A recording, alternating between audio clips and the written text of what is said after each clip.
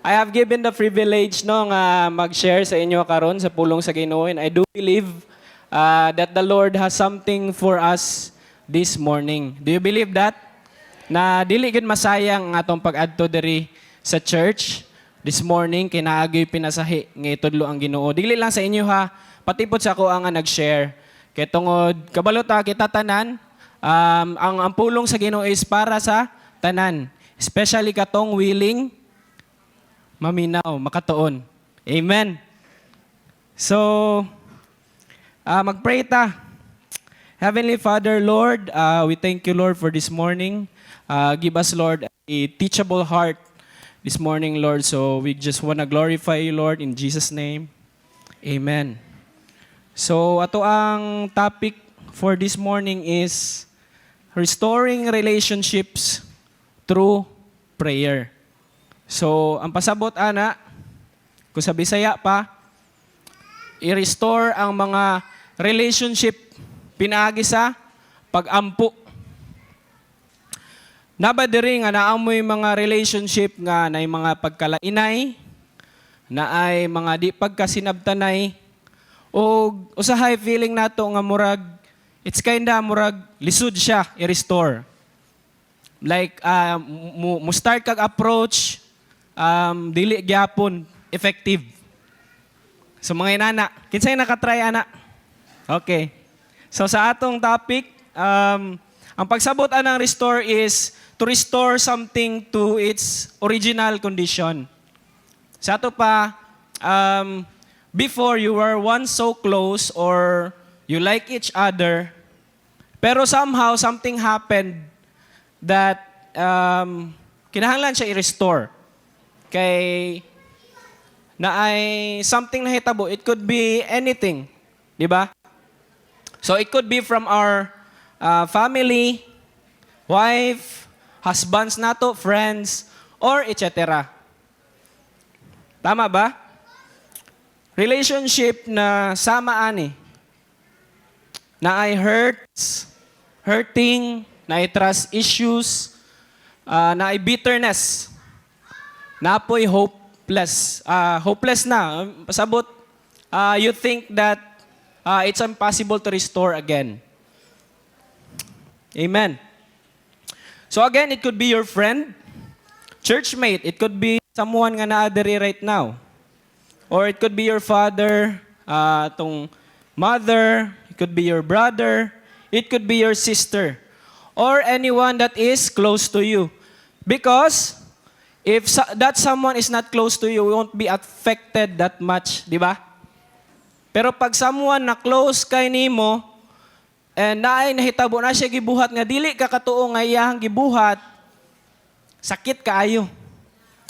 Someone that is close to you, tingala ka, those little things, mahimo siyang big deal. Di ba? Ingnon nga nita usahay nga, kagamay ra ato kauwi nimo oy. Kinsay na ingnan nana?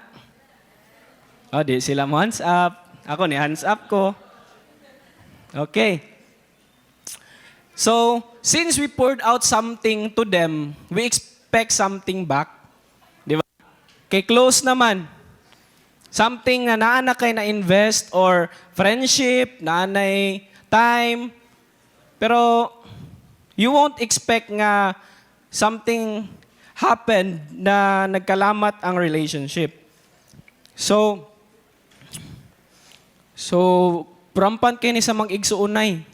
Isa na igsuon diri. Di ba? Kasagaran sa igsuon. Amigo, jud kay Fermino? Basta igsuon? Remember na ko sa una ba kung igsuon diri? Ay, wala. Adi ko malibak. Usahay, mag-away mi in about little things, di ba? Then as we grow up, little things gihapon.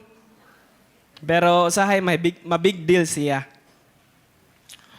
Or pwede po tong relationship na dili pa kayo siya inana kaguba, pero it seems like it's going to that way. No? Kanang medyo cold na, dili na same as before. Kisay nakarelate ana. So I do believe na sa tuwa diri no nga naka-experience or mo jud ang na-experience right now. Now, let us go. Adto sa ta sa story sa Bible regarding a very difficult relationship nga nahitabo. So I do believe you are familiar with this. Can we open our Bible if you have your Bibles? 1 Samuel 24. So sa uban, nakabasa na ani. This is about the story of David and King Saul. Kisay familiar. King Saul is very jealous with David. He wants David to die. Usahay kay gianaan niya si David o gilabayan niya spear. Pero David did nothing wrong. Kisay nakatry ana, wala mo'y gibuhat dautan. Pero murag dautan kay mo. Then, one time, in 1 Samuel 24 ni siya ha, basahalin niyo, then ako aning isamaras ang panghitabo. A soldier told King David nga naa si King Saul that David is in the desert. So King Saul decided na i-pursue si David.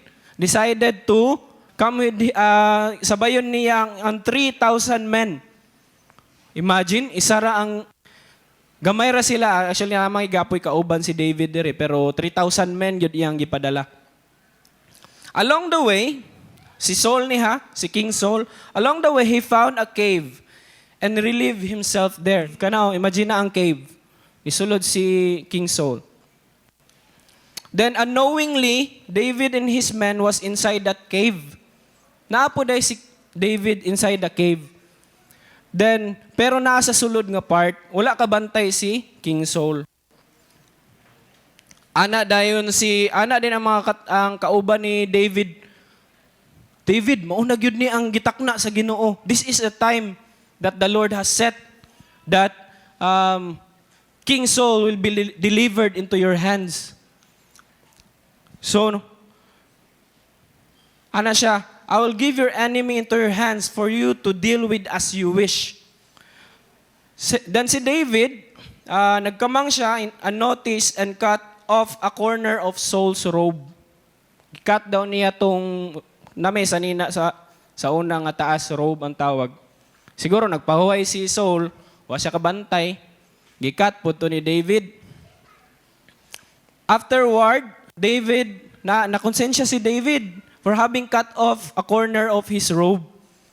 Ana siya sa iyang mga tao, the Lord forbid that I should do such a thing to my master, the Lord's anointed, or lay my hand on him, for he is the anointed of the Lord. Ana si David. With these words, David sharply rebuked his men. Girebuke niya, paghilom mo, dili na ko na buhaton. And gingnan niya yung mga tao nga ayaw i-attack si Saul, si King Saul. So King Saul left the cave and went his way. Siguro nahuman na siya og pahuway. Then David went out. Ana siya, my lord, the king, sabay yuko. So natingala si Saul. Ana siya, when Saul looked behind him, David bowed down and prostrated himself with his face to the ground. So wala, di kay makita, maklaro ni Saul. Pero niana siya kay Saul, why do you listen when men say, David is bent on harming you? Ganong mutuo man ka kung moingon ang mga tao nga gusto ta ka pasakitan? This day you have seen with your own eyes how the Lord delivered you into my hands in the cave. Some urged me to kill you, but I spared you. I said, I will not lay my hand on my Lord, because he is the Lord's anointed. Ana siya, see, my father. Ana siya kay King Saul. Ana siya kung sa Bisaya pa. Tanawa pa. Nagpapa siya kay King Saul. So, mabantayan nyo, close sila. Kay Papa ang iyahang treatment kay Saul. Look at this piece of your robe in my hand. I cut off the corner of your robe but did not kill you. See that there is nothing in my hand to indicate that I am guilty of wrongdoing or rebellion. I have not wronged you, but you are hunting me down to take my life. So may the Lord judge between you and me, and may the Lord avenge the wrongs you have done to me. But my hand will not touch you. Dili gyud ta ka hilabtan. As the old saying goes, from evil doers come evil deeds. So my hand will not touch you. So when David finished saying this, ana si Saul, is that your voice? Is that your voice, David, my son? Ana siya, David, imo ka ba ng tingog, anak? So iyahang trato pud kay David is anak. Yes, oo. So close sila, di ba? Tama, father-in-law niya si King Saul. So ana, and he wept aloud. Di ba? Nihilak og kusog si Saul. Ana siya, you are more righteous than I. He said, you have treated me well, but I have treated you badly. Sa to ba, gitarong ko nimo, pero wala ta ka gitarong. You have just now told me about the good you did to me. The Lord delivered me into your hands, but you did not kill me. When a man finds his enemy, does he let him get away unharmed? May the Lord reward you well for the way you treated me today. I know that you will surely be king and that the kingdom of Israel will be established in your hands. Now swear to me by the Lord that you will not kill off my descendants or wipe out my name from my father's family. So David gave his oath to Saul. Then Saul returned home, but David and his men went up to the stronghold. So as the story goes on, nakabalota nga nagpadayon gyapon og perso si King Saul kay David nga gusto gyapon niya patyon. Pero nakita ninyo ang heart ni David. Imagine if you were David. Ikaw si David. Nay gusto mo patay sa imuha, gitagaan na kag tsansa ni Lord, nagpahuway. Di ba? Ang una-una, kung ako pa to, una-una na ko, kung mamatay na ni siya, ano yung purso sa kuha, siya may inggit, wala mo ko yung laing, wala may laing nalagot na ako. Di ba? If I am David, siguro, di mangyod ko si David, lahi ra gyud si David, no? Di ba? We can see that despite King Saul's harsh treatment towards David, he is still honoring him. David's heart is right with God. So nakita nato nga dili lang the moment nga ang tao is right iyang response towards anyone or someone, makita nato nga iyang heart is right with God. Diba? Kasi ngano man, what is inside will reflect kung unsa atong ginapa-display outside. Tama ba? So if it is me, probably suko na jud ko. Kay wala ba ako gibuhat sa iya, no? But again, lahi ra gyud si David. Kaya ang iyang heart is right with God. So speaking of the condition of the heart, so right now let us examine pod ang ato ang heart's condition. I do believe, wala man ta niabot sa point siguro no, nga gipatyono na ta. Kaya natay naglagot sa tua. Pero I do believe, naay higayon, or there were time na nakaagi ta ani, nga, like David. Usahay feeling nato, gidespise ta. Hated, or not cared. Hurt ta by someone close to us. Pasabot ana ka ng murag, di man gyud ni siya ganahan sa kuha, pero gusto ba yung tapod ko nga close gyapon me? Kasi nakatry ana. Reality na siya karon, usahay pod sa mga parents towards their children. Di ba? Usahay ka ng ang mga, especially ang mga anak gusto gid pud na og kanang close sila sa ilang ginikanan, masuya pud na og kanang ang uban makita nila close sa ilang papa, sa ilang mama. Pero tingala sila nganong naingon man to ni papa sa kuha, nganong naingnan man ko guway pulos, nganong naingnan man ko nga may pamang sa to, sakit tong joke, may pamang baboy mabaligya. So mga inana, na, kanang usahay feeling nato, unloved ta, kinapasagdan na ta, na-hurt ka sa mga harsh na words. Kanya magbalik-balik pag yun, dili pag yun mawala. Then, it could be, again, it could be your husband, wife, or anyone nga close sa imuha. So, sometimes gusto ta mo balos. Or, gusto ta, dili na lang mag-care. Nana, di ba? Usahin, bubalos ta, usahin. Ay, bahala na siya. Si Lord na'y bahala eh.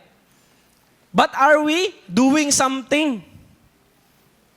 Are we doing something to restore that relationship back? So, usahay ato mga pag-ampo. Say, maampo ta, Lord, mabag-o na unta na siya, Lord, eh. Bag-uhan na siya, Lord. Nganong inana man siya, oy. Lord, change him. Puro siya. Diba? Bag-uhan na siya, Lord. Ug mapadayon ni Lord, wala na dyan ni padulngan. But the question is, do you want to restore that relationship? Sige, think of someone. Think of someone nga na-hurt ka. Do you want to restore that kind of relationship? Ay, lagsagit ha, basig muno ka, kusog kayo.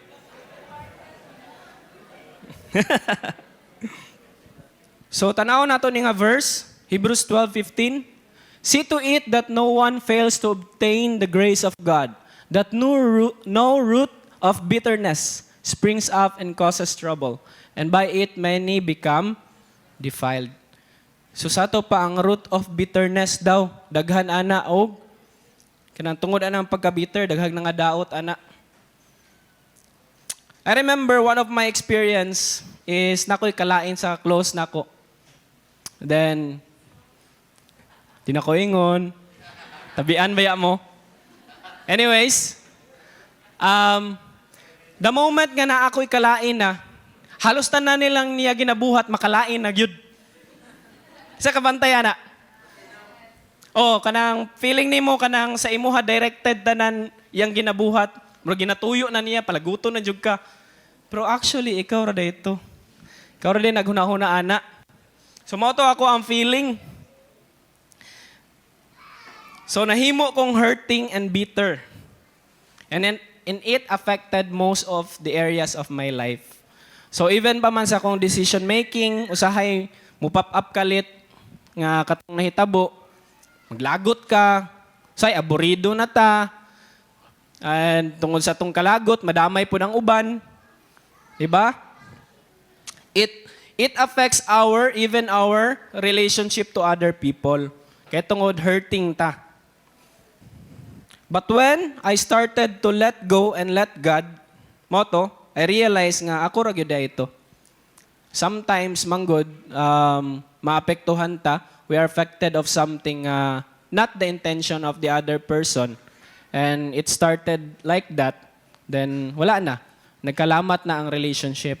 Wala na kay tingogay. Tingala ka, di na po siya mo tingog sa imo. Kay nag-wonder po siya nga nung di ka mo tingog. So wala na mo tingogay. Nakamute na mong duha. So, i-pray din nga, Lord, i-unmute. So, nato, I repent. Nag-repent ko kay Lord and released forgiveness. So, naset free ko ato na bitterness. And you see, the enemy came to kill, steal, and destroy even our relationships. Nga naman, the moment nga bitter ka sa mga relationship around you, it will affect even your spiritual life. Your eyes won't be open because of that bitterness na nakapa-close sa imuhang eyes that made you blind. You can't even recognize the things from God. Okay, you are so focused on that feeling. Focus kay ka sa imong self, gi-hurt ko, inani ko, lami kay siya. So, daghan kay kainana ang imuhang focus. I-unfollow. Napag yung inana. Pagka humag-unfollow, nagkasakay day sa jeep. Gi-block pag yun. Nya nagkasakay sa jeep niya, kamo na lang duha tunulan ba no? Palihog daw ko.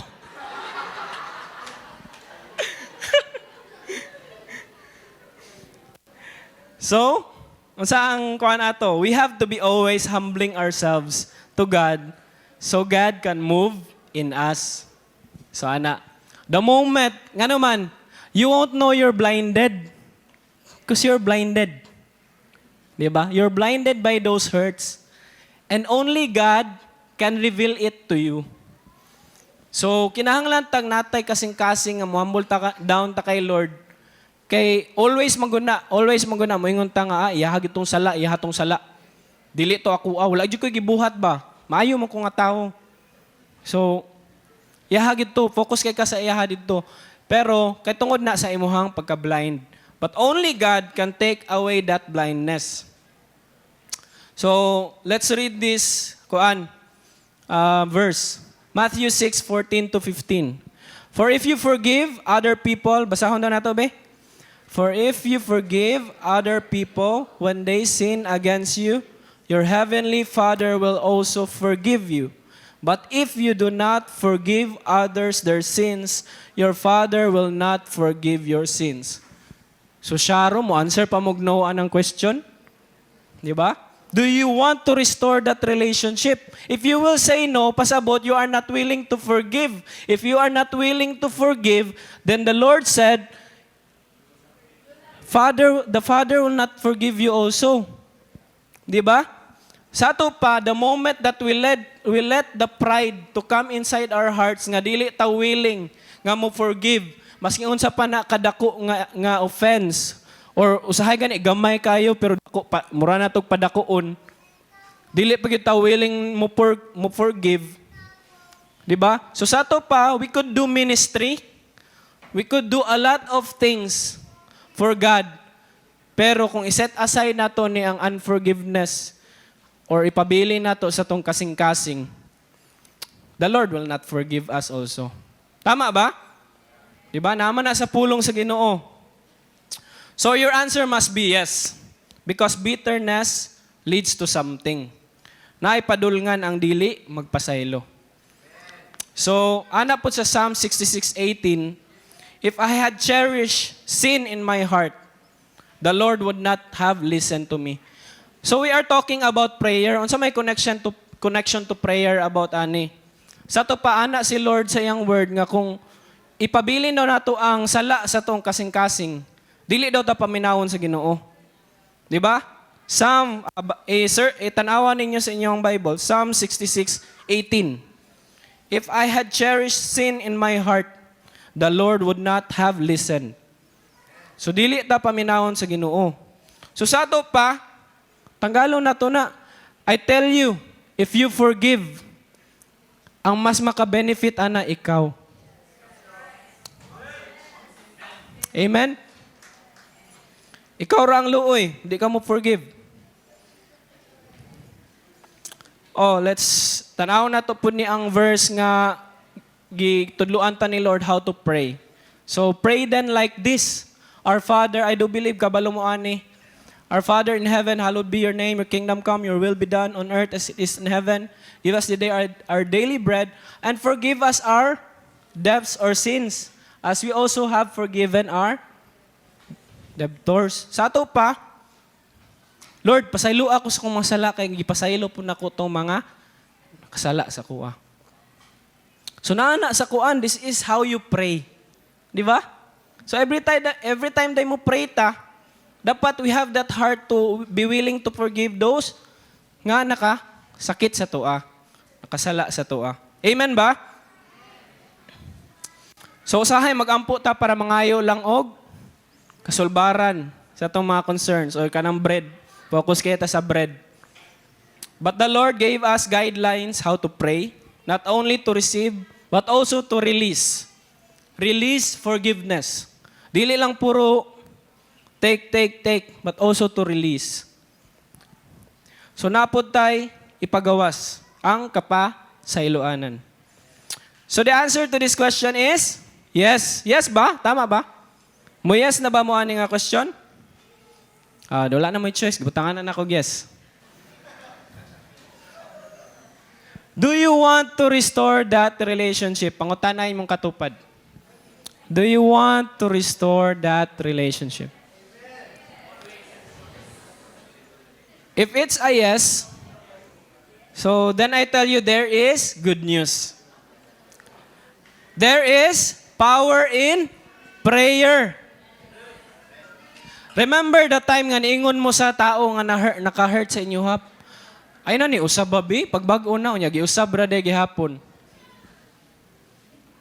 Na-hurt ra de gihapon mo. Or never gyud siya naminaw sa imuha. But when we pray, there is power in prayer. We can restore relationships through prayer. Amen ba? The question is, do you pray for that person? Ginampuan man nato na nga person. Kato mga naka-hurt sa tua.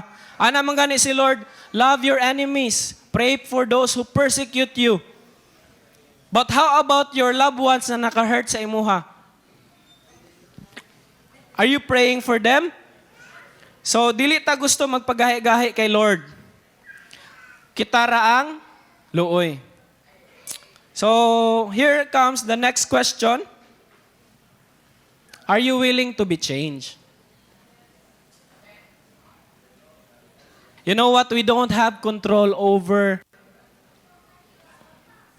another person. Di ba? Sa ato pa, kung mo-release na tao forgiveness, you can't control the person to release forgiveness also. Di ba? Pero, it is God who is in control. That's why we pray. Tama ba? So sometimes we pray na baguhan na siya, Lord. Pero how about us? Usahay pod, ang ato ang prayer, bias kayo, basta wala pa ta ni forgive. Lord, kanang nagampo gud ta pero bias yun siya. Kay blinded man ta. Lord, unta na mahitabo Lord nga ma-realize niya Lord nga gipasakitan ko niya Lord. Mga inana na nga mga pag-ampo ba? So we don't have control over other people. That's why we pray because we know that God is in control. So if we set our hearts right towards God, then your eyes will be opened. Ma-open ang atong eyes. And the way you pray will be different. Mulahi na pa ato ang prayer. Tingala ka nga, grabe Lord, naampo to na ako Lord. Kung sa una pa to Lord, sira man kong panguan niya Lord. Kung makahuna-huna ako, lahi akong thoughts, lahi ako ang actions, lahi ang ako ang panghuna-huna toward a person. Pero the moment nga mo release ta og forgiveness, mulahi na po na to ang prayer. Murag kung makapaminaw ang tao sa inyo ha, kiyawa mo niya mo ampuin, murag man siya wala gipasakitan. See, you will be like David. Your heart will be like David, right with God. Imagine David, gusto na siya patyon, pero ang iyang heart towards King Saul is right gihapon with God. So right now, I do believe, dili na siya basta-basta no, ang kanang blindness towards kaning kalain, hurts. So it will take time. So, we have to pray that the Lord will reveal things to us nga dili na to makita-kita. Amen ba? So, the moment nga atong heart is right with God, you will see a different perspective. And that's the perspective of God. Perspective ni Lord towards that person. Perspective ni Lord, nga nung nahitabo man to, siguro the Lord is dealing something with my character. Siguro the Lord is dealing something with my pride. Diba? Sa una, puro ka point-point sa tao. Right now, nakita na nimo ang perspective ni Lord nga nung nahitabo to. Makita nimo nga naaday purpose si Lord. And the Lord is training your character so that you will be someone God wants you to be. So mulahi ang atuang perspective. The moment mo humble down ta kay Lord, Then there is power in prayer. Dira na magsugod ang power. Pag atong perspective is inclined na sa perspective ni Lord. Ang atong mind is kingdom mindset na, dili na tawhanon. Kanang mga friends na to, mingon sila, ay buhatan ni, natuan ni, kiginato ka. Pero lahi na atong perspective. Gikan na kay Lord. Dili na gikan sa mga tao nakapalibot sa tua. Amen ba? So it's not about who needs to be changed, but it's about those who are willing to be changed. Diba? Pwede man kaayog yun nga, wala gyud ta gibuhat dautan. Diba? Pero basig na agyoy, ginadil gyud si Lord inside us.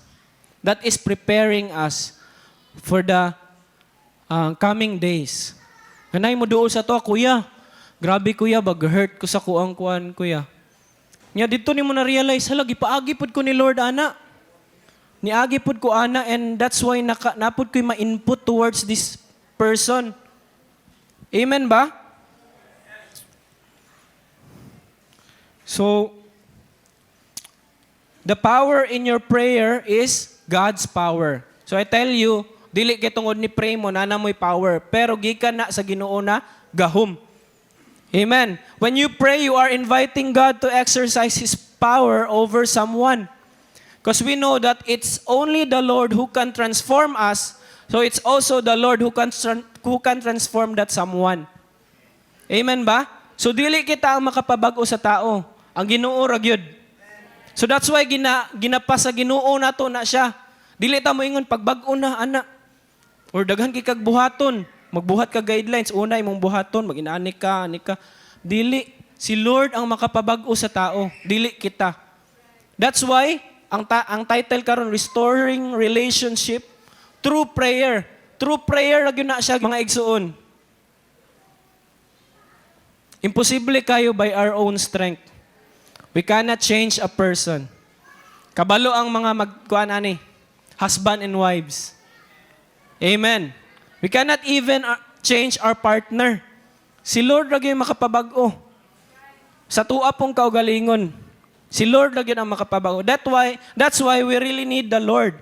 That's why we really need to pray. Amen ba? Ingnay mong katapad ba, pag-pray na. Kani. Usahay, mo pray gyud ta kasi we want control. We want things to change our way. Lord, mabag-o na unta ni Lord, oy, nani na untang mahitabo, oy, para hanay na ning tanan. But the very reason or the very purpose of prayer is ni pray ta kasi we know that it is God who is in control. Dili kita. Amen ba? Amen. So naapoy mga verses dere sa 2 Timothy 1. I thank God, basahon daw nato tanan bi ana si Paul. I thank God whom I serve as my ancestors did with a clear conscience as night and day I constantly remember you in my prayers. 1 Thessalonians 1:2. We always thank God for all of you and continually mention you in our prayers. 1 Thessalonians 5:25. Brothers and sisters, pray for us. Sa ato pa, biblical gyud ay ning mag-inampuan na ita. Amen? Usahay makalimot ta focus kita sa tuang needs, but we forget to pray for someone. Di ba? So biblical gyud ay even nga ana pud si Paul nga ampuy pud me. So si Paul nakita niya ang need of prayer. The need of prayer. Diba, usahay mo, makahunaw na ta sa tao, kailangan yun din niya mahimong humble ba? Pero actually, ang gikinahanglan yun niya, ato ang pag-ampo. Tama ba? Walay laing gikinahanglan ang tao, kundi ang atong mga pag-ampo, kay ang Ginoo ra gyud maka-intervene sa what is inside sa iya ha. Amen ba? So, nagatuo ba mo in prayer? That there's power in prayer? Amen. So mag-ampo gyud ta. Kaniana siya nga, you'll find, isa ni sa mga book na akong nabasahan po, no? Ano siya nga, you'll find that the hardest part of praying for someone who hurt you is not about the amount of time or the length, the time it takes to pray, but to pray with a heart that is right before God. Amen. So sa ato pa, kung Bisaya pa, it's not the kung unsa katas-on ang ato ang pag-ampuan ng tawhana. Kung dili ang atong kasing-kasing towards anang tawhana nga atong giampuan. Muna siya ang isa sa mga hardest part. But see, the Lord is doing something. Sa ato pa, the moment you ask God to change a person, He is also changing you. Di ba? He is also working in you. Lord, work in him, but in fact, the Lord is working also in you. So lahi ra gyud ba sa moampo ta? Naagyoy kausaban sa prayer, especially pag humble ta dira sa Ginoo. So to have a heart like David, surrendering all his hurts towards God, to pray from a heart that is clean before God. So let us create in me a clean heart, O God. So inana nato mga prayer. That is why praying for someone must begin by praying for yourself. Amen ba? Amen. So this, only the power of God can transform us. Si Lord na Diyon makapabago, wala na ilain pa. Dili ikaw, o masking kinsa pa. Maski pa ikapila pa nato ingnon nga magbago. Pero ang kalihukan sa Ginoo, wala joy mahitabo kung wala na siya. Amen? So, mutuog yun ta nga naay gahom ang pag-ampo. Amen. Gahom na kanunay natong pag-ampo is mabag-o ta o mabag-o pod ang kana nga person. Sa tamang panahon na gitakna sa Ginoo. Dili man na right away dayon. Especially naay gina-deal si Lord sa tua. Amen ba? Kasi nakapansin ana, natay gusto i-pray, pero still we are still struggling with that. Dili mo na siya right away mahitabo dayon nga mawala day na imong hurt the moment we release forgiveness right away. It could be every day na nimo i-release nga forgiveness because you remember that nga kana makasakit yun siya. Pero wala imposible sa Ginoo, right? Amen. There is power in prayer. There naagigahom ang Ginoo nga moabot yun ang time na mahilta. Amen? So why not we do it in application? And let's pray. Another is sa 1 Thessalonians 5:16, 18. Rejoice always. Sabay ko ninyo, ba? Rejoice always. Pray continually.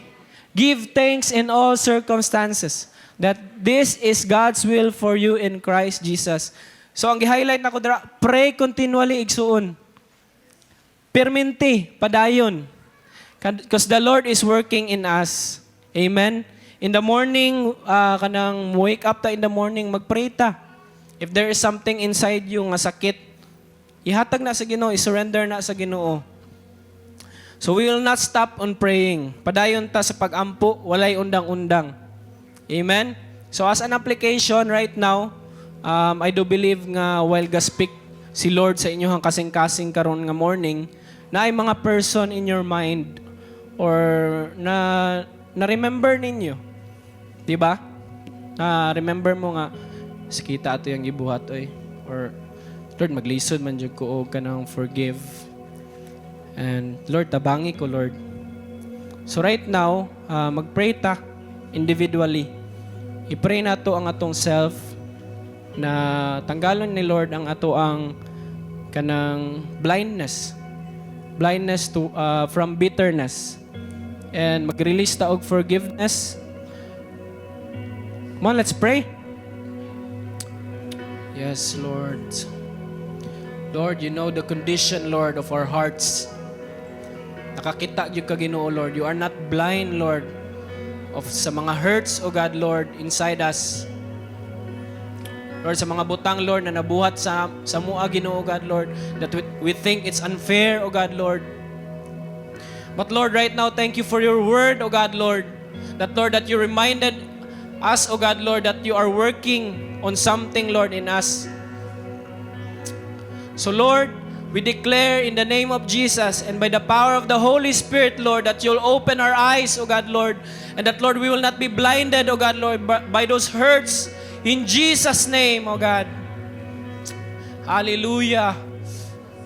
Lord, we release forgiveness towards those people, O God. Mga close na mo, Ginoo God. We want to restore relationship, Lord. Lord, this is the start, O God, Lord, na kanang makita nila, Lord, ang imong gugma, O God, Lord, sa mua, O God, Lord, pinaagis imong paggamit sa mua, Ginoo God, Lord. Lord, don't allow, O God, Lord, na kami ang mahimong dahilan, O God, Lord, nga mastumble sila, Ginoo. So, Lord, tabangi mi, Ginoo God, Lord. Change us, O God, Lord. Hallelujah. Lord, we repent, Lord, sa mga sala, Ginoo God, Lord. Lord, restore broken relationship, O God, Lord. It may seem impossible, Lord, to us, O God, Lord. But, Lord, nothing is impossible with you, O God, Lord. Even pa man, Lord, mga broken families, Lord, we pray for restoration, O God, Lord. We pray for your working hand, O God, Lord. In Jesus' name, O God, Lord. Even pa man, Lord, sa mga walay pagtingdanay, O God, Lord, sa matag igsuonay, O God, Lord. Mga kalain, Ginoo, O God, Lord. Tanggala, Ginoo, O God, Lord. Alis di, Lord, og joy, O God, Lord. Lord, may the fruits of the Holy Spirit, Lord, live in us, O God, Lord. Nagyoy joy, peace, O God, Lord, love, patience, kindness, O God, Lord, goodness, gentleness, O God, Lord, faithfulness, and self-control. Thank you, Lord. Hallelujah, hallelujah. Right now, i-bless na to itong mga tauhan na to, katong naasin yung mind. Let's bless them. Let's declare blessing towards their lives, that the Lord will really work in them. Lord, we bless those people, Lord, na nakahurt sa mua, Lord. Bless them, Lord, in every way, O God, Lord. May it be financially, Lord, physically, emotionally, Lord, tanan aspects sa ilang life. We pray, Lord, for salvation, Lord. We pray for repentance, O God, Lord. Lord, we pray, O God, Lord, for the conviction of the Holy Spirit, O God, Lord, sa iyang life. Lord, we pray that you will move in their lives, O God, Lord. That, Lord, ma-restore gyud ni nga relationship, O God, Lord.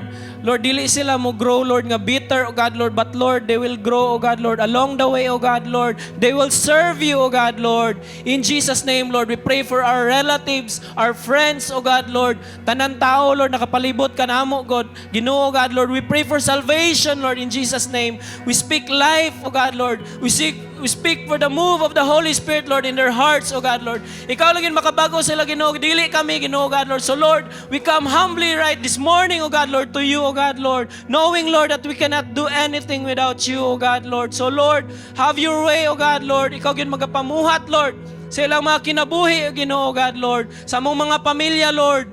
Lord, I pray, O God, Lord, na dili mo abot ang time, O God, Lord, na mga wala sila, Lord, na inaani lang gyapon, Lord, na gyapon yung mga pagkalainay, Lord. In Jesus' name, Lord. Lord, we rebuke all the works of the enemy against their lives, O God, in Jesus' name. Lord, move in them, O God, Lord, in Jesus' name. Hallelujah.